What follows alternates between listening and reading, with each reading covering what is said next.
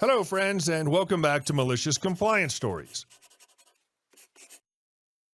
Let's start our video with a crazy tale from Walmart that proves mistaken identities can lead to some unforgettable moments. But before we begin, best way to support our channel is to leave comments, like, and subscribe with the turned on bell so you don't miss the new video every single day. Here we go. I don't work here. That's my sister. Background. So I have a sister. She's 2 years younger, but we look very similar. It's moderately easy to tell us apart, though, if you know us well and spend time with us. She works part-time at Walmart and is 21. I'm 23 and work as an assistant manager for a restaurant in town. So I was in Walmart getting a couple of things my sister wanted. She was sick, and due to us being fairly close, I was helping her out and planned on making dinner for her. I was just looking for the chocolate she likes when one of the employees came up to me. His name is Tom, and I knew him fairly well as I came there often. He was friends with my sister, so she introduced us. We had a chat for a while, and he asked how Katie, my sister, was. After that, he went and continued working, and I kept shopping. And I just decided to put something back when I heard a, "Who you?" I looked up to see an old man looking at me. "Yes?" I asked. The man just looked annoyed and snapped, "Come here." I was just about to tell him to F off, demanding me to do something like that, when I saw an old lady stood slightly behind him. She told him not to be so rude and apologized to me. The lady was smiling as she asked me if I could reach the ketchup for her. I decided because she had asked nicely, I would help her out. So I came over and got her a bottle.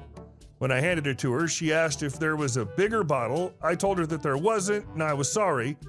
As I turned around to leave, the old man goes, "Well then, just go out to the back and get her a bigger bottle, you idiot. Don't just walk away." It clicked then that the guy thought I worked at the Walmart. "Sorry, I can't do that as I don't work here. If you really need that bigger bottle, then ask one of the employees," I answered, slightly amused by him. The lady looked like she was going to say something when the old man, OM, cut in. "OM, don't be stupid. You do work here. I see you here all the time. You're just being lazy." Me. "Sir, you must have mistaken me for my sister. She's the one that worked here, not me. I really can't help you." OM. "Liar! You're a liar! My wife wants ketchup. Get her the ketchup. I saw you talking to that boy. You're always talking to that boy. You do work here. You're just being lazy." At this point, he's shouting, and his poor wife, who's done nothing wrong, looked like she wants to hide. Me. "Sir, for the last time, I don't work here, and I'm going to politely ask you to F off." Finally, someone comes, but it turns out to be Tom. Tom. "Is something wrong, sir?" OM. "This lazy piece of crap is refusing to get my wife some ketchup and is denying working here." Right now, the old dude is looking pretty smug, like I'm going to be in serious trouble. Tom. "Sir, she doesn't work here. You must have mistaken her for her sister, Katie. I can get that ketchup for you, though." OM. "Liar! She does work here. You're lying. I saw you two laughing and talking. You're just covering for her because you're both lazy liars. I'm telling your manager." Then he just huffs off, leaving his wife to apologize. A couple of minutes later, he comes back with the manager and is going on about how I'm so lazy and rude and refusing to help a customer and blah, blah, blah. The manager's just looking at him and nodding along with a smile on his face until OM has finished his rant. Manager. "I can see how this would be a problem if she were an employee, but sir, she doesn't work here." Tom, "Please get the man some ketchup and then take them to checkout." Finally, he turned to me and apologized for the trouble and asks how my sister is. When I get home, I make food and tell my sister, who finds the whole thing hilarious. She said she's encountered him before. Why was the manager so nice? Can't they for once say, "Excuse me, this customer isn't our employee, and even if she was, you do not get to abuse employees. Please leave. You're banned for 6 months, 1 year, forever." And our second story. Motorcycle parking, or how they learned to stop complaining and love the bike. A story from 8 years back when I was stationed in Japan. Parking on military bases usually isn't that difficult to find. After all, they're built by Americans. However, bases on mainland Japan are fairly compact, understandably so with the lack of real estate and whatnot. Construction projects are a near constant plague that often seem to take up a significant amount of parking spots. At the time, there had been one ongoing in our dedicated parking lot for months, taking up nearly half the spaces. 30 minutes before work started, the parking lot would be completely full and people would have to go park down the street, a few minutes walk away. Of note, a large number of people in my unit had just started riding motorcycles in the months leading up to this incident. Being mostly decent human beings, we would often park 2 bikes to a parking spot so that we could save the limited spaces available for other people to use. Of 20 or so available spaces, we might, on average, have about 8 to 12 bikes taking up 4 to 6 spaces. Efficient, right? Well, understandably, people have been getting upset at the parking situation, and since there was nothing they could do about the construction, they would often try to find ways to steal parking spots. The motorcycles in the lot were a fairly new thing, so they stood out. As such, people would direct their annoyance at not being able to find a spot at us, and as happens when you're feeling particularly spiteful, they would find the pettiest of things to complain about. One day, somebody of some authority announced that, per base rules, you were only allowed to have 1 vehicle per spot. This clearly seemed like a way to spite those of us riding, and that it did. A lot of annoyed looks were traded until one of the wiser individuals among us had an idea. Since it was illegal for us to park 2 to a spot, we would stop. So we did. But it wasn't that simple.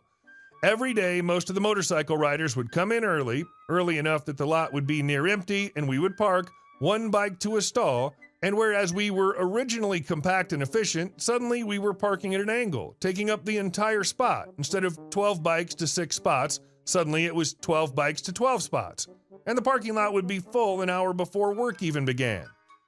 Whoever complained about our breaking the rules suddenly found themselves parking even further down the street. We continued this for about a week. Monday came around and we all just went back to our old ways, showing up at normal times and parking 2 to a spot. Needless to say, never heard any complaints about the motorcyclists again. Somebody's bad at math.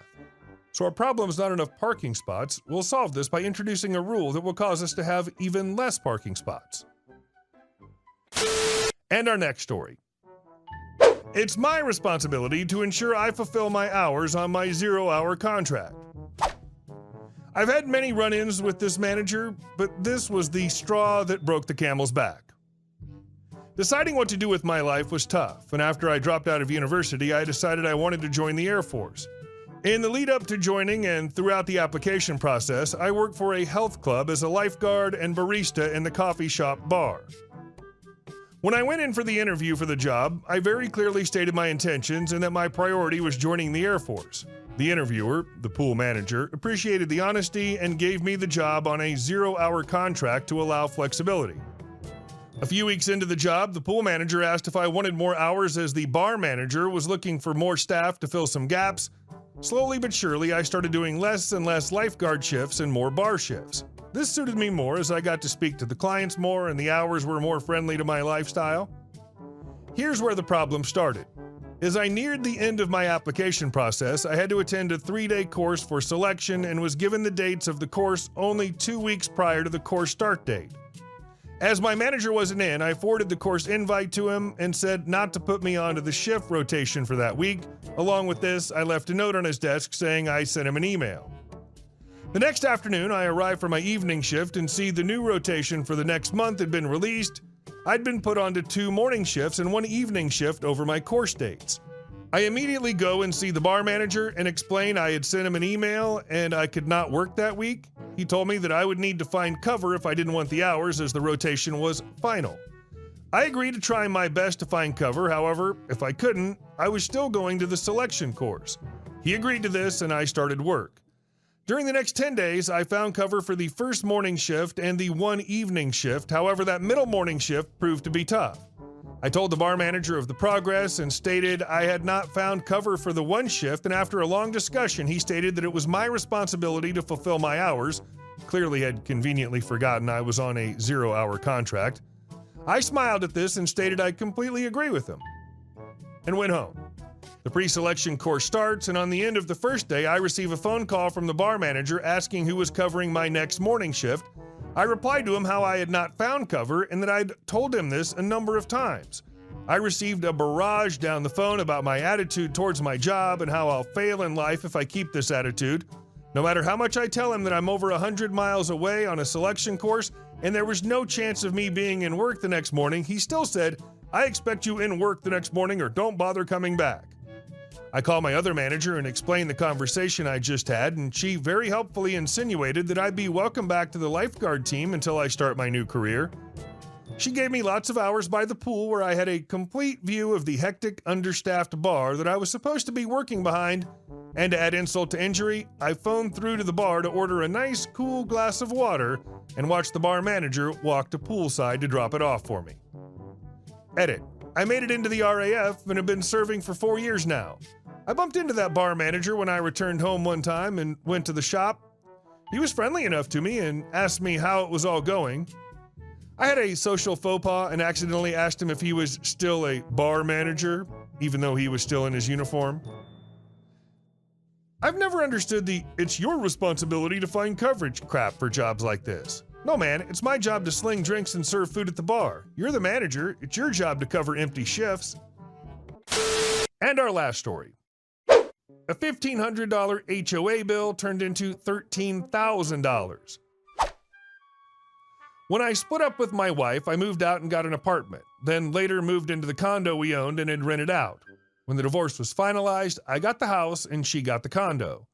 When I moved back into the house, I discovered that she had not paid the HOA bill in about a year.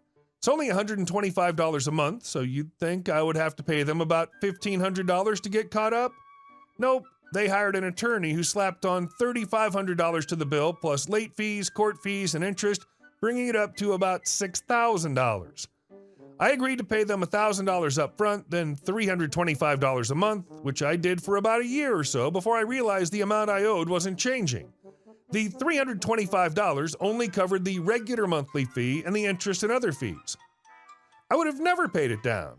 I started doubling the monthly payments, calculating it to be paid off in a year, so now it's $650 a month for a $125 a month bill. So far, over almost 3 years, I've paid them over $7,000, and I still owe them about $6,000. $4,000 of that is regular HOA fees, 32 months at $125 a month. The other $9,000 is bullcrap legal late interest fees. I'm currently in negotiations to pay it off in one lump sum.